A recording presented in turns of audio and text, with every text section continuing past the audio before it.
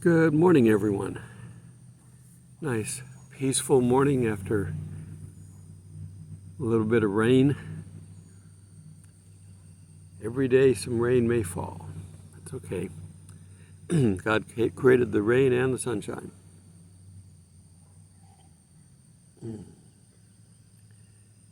Nothing like coffee in the morning.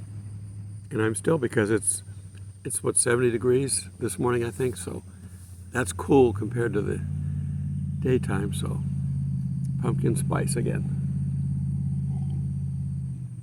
Oh, I just watched a fish jump out of the water. I mean, it literally came all the way out. Oh, and if you get one of these nice fancy cups like I was given, and it has this nice foil treatment on the side, don't put it in the microwave. Doesn't like it. Okay. As we are waiting for the rapture, we keep looking for possible signs, possible things that we could line up with. Now, I don't hold to this belief, but a lot of people believe that the rapture is going to happen coinciding with a Jewish holiday. Feast of Trumpets would be a good one. Unless God is going to basically just turn the switch and go from Gentile age to Jewish age. If there's a gap, you can't do that. If he's going to turn the switch and it's going to go from the current church age or Jewish age into the Jewish age on the same day or event, then it could happen. But there's nothing that says he has to. The rapture always has been imminent, any day, no requirement. Paul was hoping for the rapture. He didn't get it.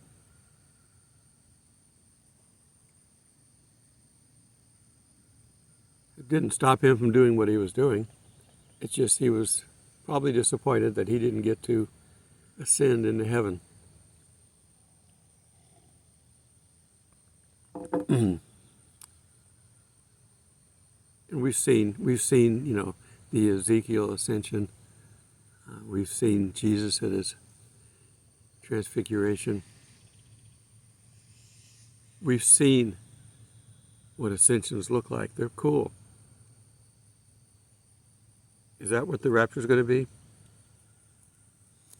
I don't know. It's a spiritual type rapture, so it could be like our movies of the past, Left Behind series and all the other ones, where you just look down and there's a pile of clothes sitting on top of shoes. The body just left and everything else just dropped. It could be. We don't know. But anyhow, we're talking about Jewish days. I'm not going to say celebrated days because the next one is not. Next week we have the 9th of Av. Tisha B'Av basically means the 9th day of the month of Av. That has not been every bad thing that's ever happened to Israel, but certainly some significant things have happened on that day. Days to remind the Jews, you can only turn your back on God so long, and there will be a price to pay. He doesn't do it. If you have punishment coming from God, it's not technically coming from him. It's coming from your lack of God. God's all love. He can't really do what he needs to do to punish us, but he allows us to punish ourselves. And what's going to happen to this earth coming up? The seals would be the first set of really good punishment, along with the trumpets, which are overlapping in time-wise, and then the bowls will come in. All that stuff is basically allowing the earth to punish itself. The people of the earth that have chosen not to accept God. You say, well, how do I do these things? What do I do? How do I accept God? Well, you just simply talk to him because he talks in the Spirit. He can hear you. He can hear your voice. You can't hear him. That's our downfall, that we have this sin nature that God cannot communicate with us. But with Jesus, accepting his salvation, you can. We can get plugged back in. Adam and Eve pulled the cord.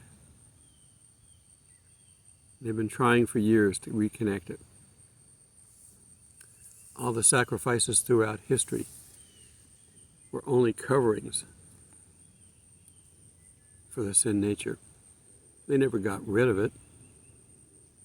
I mean, technically, even though Jesus forgives us of all of our sins, we still have a sin nature. It's just that it's never going to be brought up again. Now, you may pay the price for what you did throughout your life. I mean, you cut your hand off, you're without a hand. God's not going to grow you a hand back if you're foolish enough to do that. I just got the image of Harry Potter where they cut the hand off into the big vat to bring back Voldemort. Yeah, I don't mind watching fiction. I don't mind seeing fiction. You've got to kind of balance your life. In order to appreciate good, you have to appreciate bad. I know, it's sort of the tree of knowledge type argument. But we do go through bad things in our life because they did eat from the tree of good and evil. So we get that, always that balance.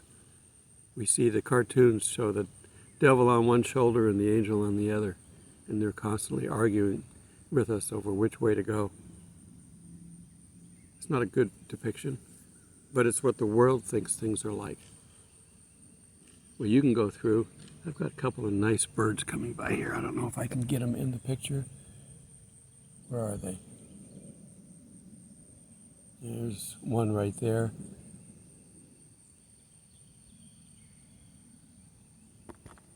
You can hear them squawking as they're taking off. In reality, you don't have to put up with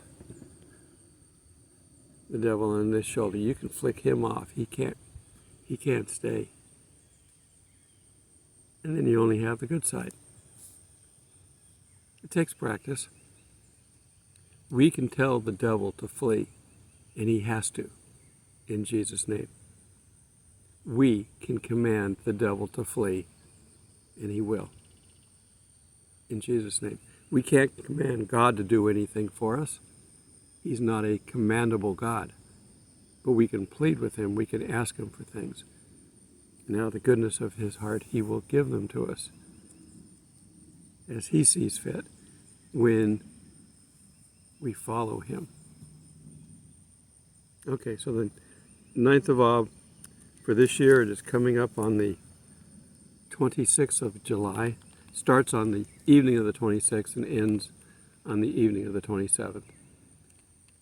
As with most holidays, there's an extra day in there for those people that don't get the message on time. Calendars have always been a problem, not being exactly right, and people don't want to miss out on these things. But don't wish somebody a happy Tisha B'Av, because it's not that. It's a fasting day. It is a solemn day, because bad things have happened on that day. Now, you're saying, well, maybe something good has happened. Maybe it has. But the bad things outweigh the good when it comes to that day.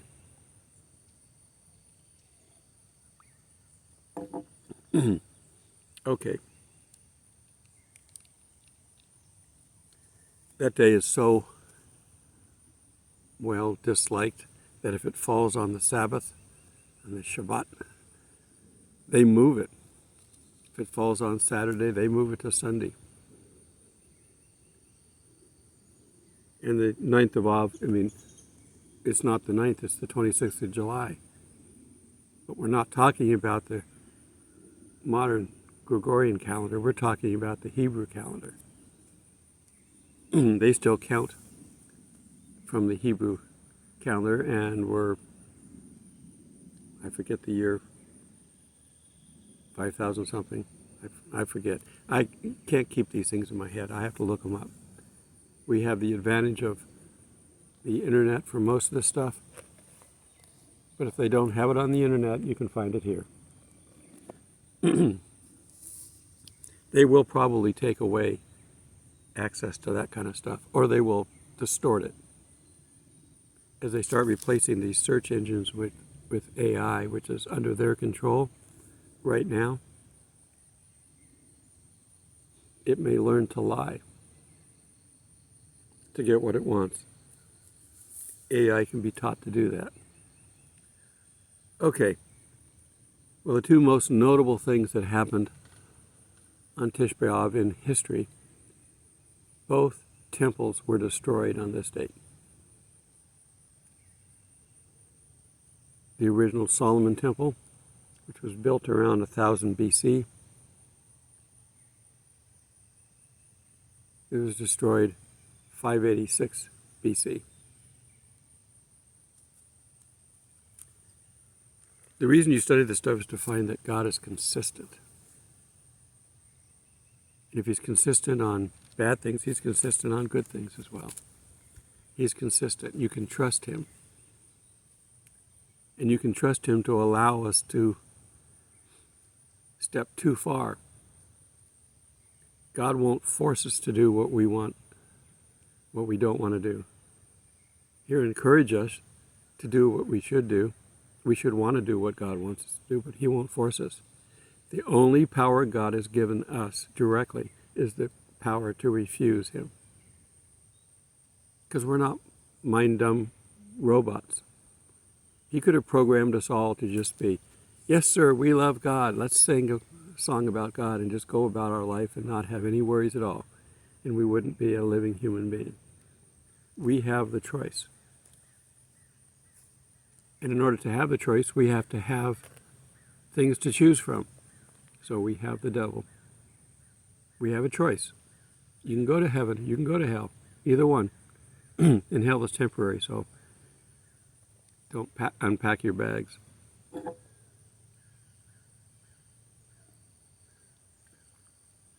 We all get to go to the fiery pit if we don't accept Christ.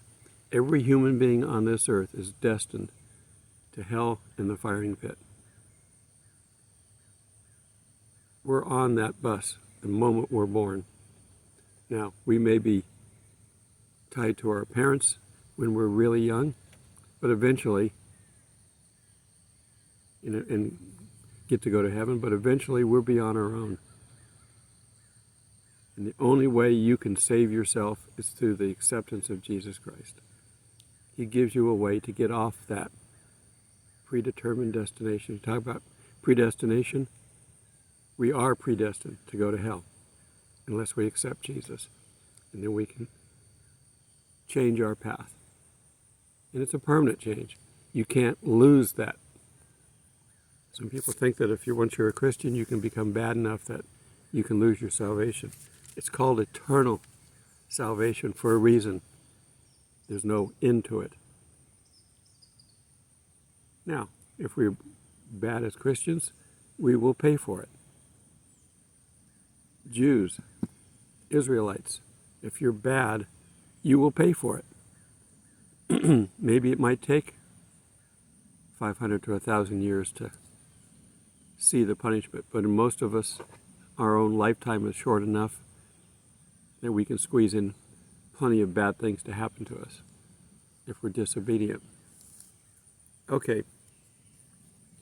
So besides the two temples being destroyed, and we know the second temple was destroyed in 70 AD, if we look at our timeline of events, the Battle of Beta was on the 9th of Av, and you say, what is that? That was the revolt in 133. The world basically uses CE now, Common Era, because they don't want to acknowledge Jesus Christ. So the BC, before Christ, and the AD, Anno Domini, the year of the Lord. They don't want to acknowledge that. Oh, and when you're calculating your times, understand that there's no zero. There's no zero in the Roman numeral system. So when it gets to 1, it jumps to 1. You're missing a year if you start to calculate without remembering that. The Jewish calendar is on months too, not years, not solar years as we have them. They go by months. They have a leap month like we have a leap year. Okay, what else do we have? Well, we know that, and that happened 133 CE, Common Era.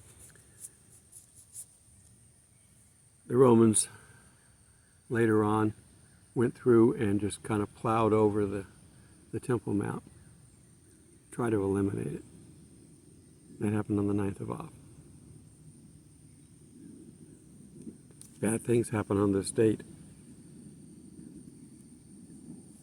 In 1290 CE, the Jews were expelled from England. Anti-Semitism has been there forever.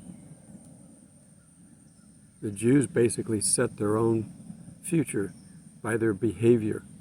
One in killing Christ, and then having the temple destroyed, and then teaching everybody with no temple to hate Christ. The people that set the modern tone for the Jewish faith have in there that you're to hate Christ.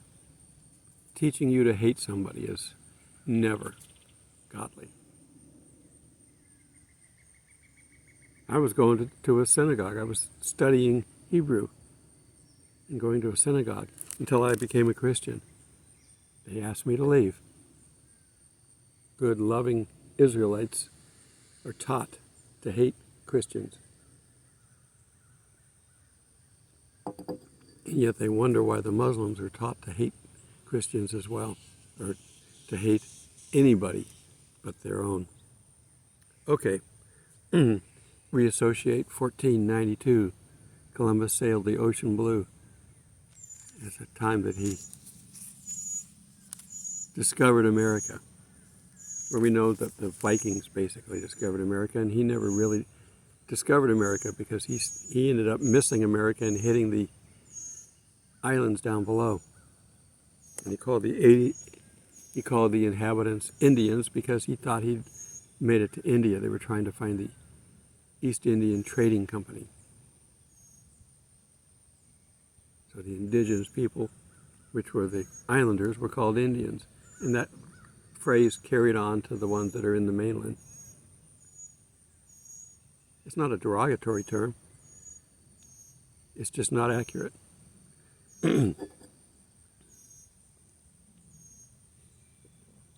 Okay, but in that same year,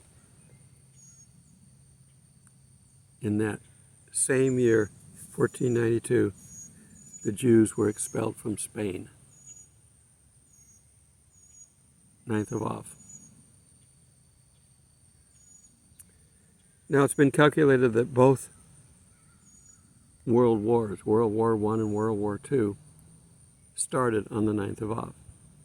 I'm not talking about the involvement of America or anything like that. The actual Germany declaring war on Russia, which has started the wars. That happened on that. Shortly after the Second World War was started, on the 13th, was it the 13th?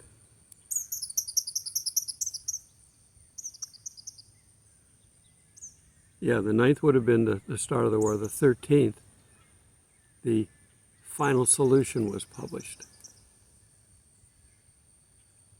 which had in it the removal of Jews. 7 million Jews were killed during that war because of that final solution. Now, it didn't happen on the 9th of Av, but it happened a few days after. The war set it up so they could have it.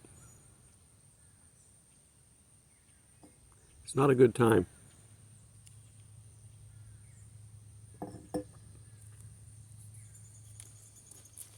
Okay, so that event is coming up next week.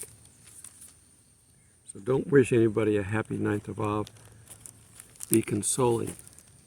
I'm going to read a little bit about God's way of dealing with people here. We're going to read it out of Matthew. This is Jesus talking. When the Son of Man comes in his glory, and all the holy angels with him. See, this is not the rapture. The rapture stops in the clouds because he doesn't come to earth, and he doesn't have a big procession with him. But his second coming he does. And all the holy angels with him, then he will sit on the throne of his glory. All the nations will be gathered before him. All the nations. What's left of them? The whole world. And he will separate them one from another as a shepherd divides his sheep from the goats. And he will set the sheep on his right hand. I guess God's right-handed. And his goats on the left hand. There's nothing wrong with left-handed people. But my oldest son's left-handed. I don't know where he got it from, but he is. And the goats on the left. He will divide the people. Those going to heaven, those going to hell or to the fiery pit. You cannot escape judgment. Even if you're dead, he will raise you up so you face judgment. Everybody who's ever lived will face judgment. Whether we get the Bema seat judgment, which is really not judgment, it's more of a report card, but we're still in heaven, or you get the white throne judgment of God. We're all going to get it. Okay. Then the king will say to those on his right hand, "Come, you blessed of my Father, inherit the kingdom prepared for you from the foundation of the world." This whole life that we're living, the history that we study, is all designed. We're the only variable in it. But yet God knows in advance. It's not predestination if you know that if you flip a light switch on, a light's going to come on. As long as there's power. It's just knowing. It's just having the knowledge of everything, knowing who's going to accept and who isn't. Then the king will say to those on his right hand, "Come, be blessed of my Father, inherit the kingdom prepared for you from the foundation of the world. For I was hungry, and you gave me food. I was thirsty, and you gave me drink. I was a stranger, and you took me in. I was naked, and you clothed me. I was sick, and you visited me. I was in prison, and you came to me." Jesus speaking is giving us examples of the way we should treat people. If you treat the least of these like this, you've taken care of me. Then the righteous will answer him, saying, "Lord, when did we see you hungry and feed you, and thirsty and give you drink? When did we see you a stranger and take you in, or naked and clothe you? Or when did we see you sick or in prison and come to you?" The king will answer them and say, "Assuredly, I say to you, inasmuch as you did it to one of the least of these, my brethren, you did it to me." You want to help God? Be a servant down here to God. The things that we do down here please God. When we know what he has done for us, wouldn't we want to please him? Well, one more thing I just thought of that happened on the 9th of Av. The bad report came back from the Promised Land. Well, we had somebody that had a good report, but the majority of them said, "We can't go into there. These guys are big and powerful and monstrous, and we're going to lose." And the people all said, "We'd rather go back to Egypt than be killed by the Canaanites." They spent roughly 40 years in the desert because of that foolish decision. Nothing's too big for God to conquer. He promised them the land. They didn't believe the promise, so they wandered. That current generation died off before they were allowed to go into the promised land. And even Moses, who got mad at God, didn't get to see the promised land except for on top of a hill.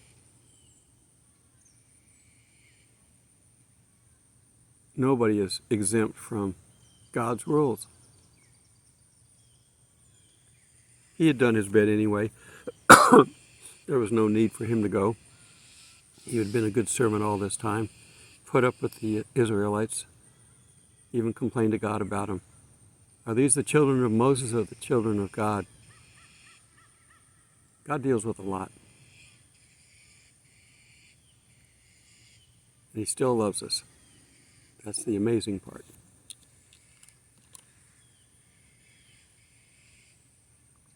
My cup is empty. It's probably time to wrap this up.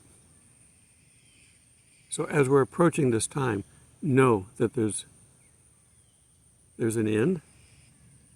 There is, they call it, what's the phrase I'm looking for? What goes around comes around. There is karma, if you will. That would make it seem like, though, that it's natural and that God's not involved. All this stuff, though, is in the design.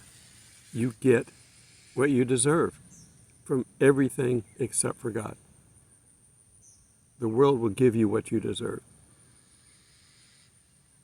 unless God is with you. Then, you may get some of what you deserve, but you're not going to get it all. If you kill someone, you may go to prison. So you're not exempt from the world just because you're a Christian. But as a Christian, you probably will not do that. Now, Satan loves to grab people who are Christians, especially Christian leaders, and get them to fall, and publicly let everybody see them fall.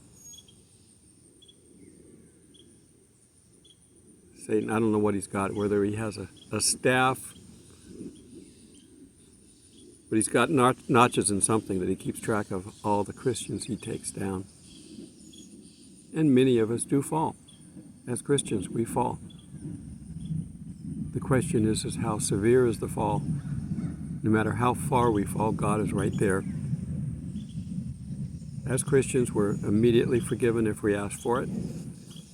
You may have an earthly price to pay, but that's all. It won't affect your heavenly time. You may get some tarnish on your crown, but you will get to heaven. But why go through all that? We have history that tells us, stay with God and you will be fine. Wander from God and there's a price to pay.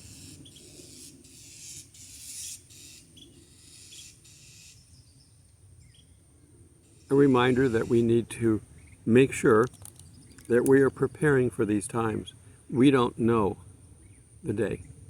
People try to predict. We don't know for the rapture. We don't know for the second coming. The Bible literally says we won't know the day or the hour. That's talking about the second coming, not the rapture. The rapture, we have nothing that tells us any time frame. There's just, all we have is that there will be a rapture. You can find it in Revelation 12. I think we need to do another Revelation study here. I keep getting questions about it.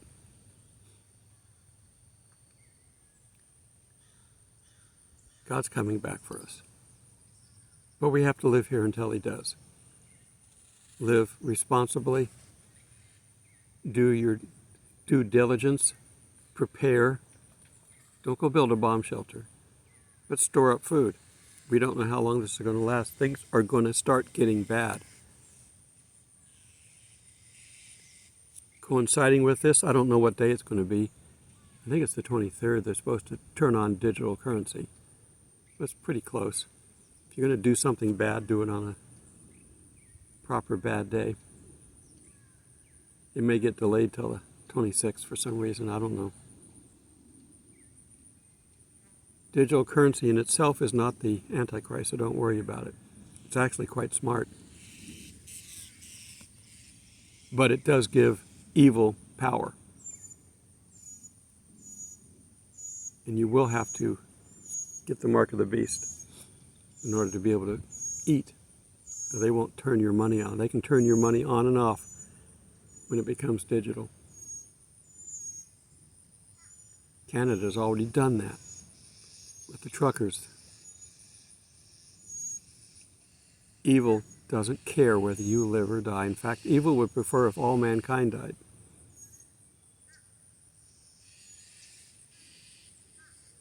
Okay, getting into another topic and we're at the end, so have a blessed day, everybody. Stay with God. If you don't know Jesus, ask him into your heart. John 3:16. For God so loved the world that he gave his only Son, that whoever believes in him will not perish but have everlasting life. You're on a ticket to hell if you don't have Jesus. Your only way to get off that bus is to get your transfer ticket. Look to God. He provides the truth and the answer. And then everything else you deal with, it's in his court to take care of. Till we meet in the clouds. God bless. My back was to this when we were recording and talking, but I was hearing fish jump all over the place. I'm looking to see if we're going to catch any here. Now that I'm looking, they probably won't, but they could. Sometimes you just got to sit and watch the water and listen and look. That log was not there yesterday. It floated downstream, or we just saw a fish come to the water, the top of the water there. See, we can if you just watch.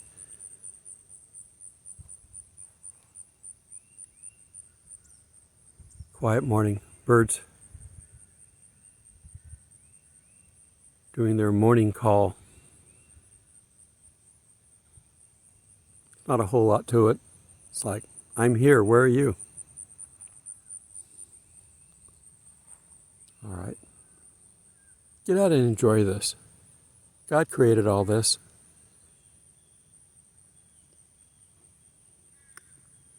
These parks are used for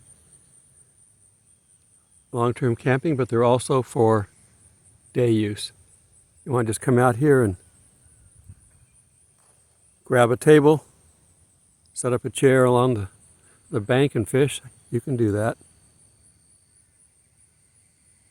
Get out and enjoy it. I don't know what the new world's going to look like, but this one has a time limit. God bless.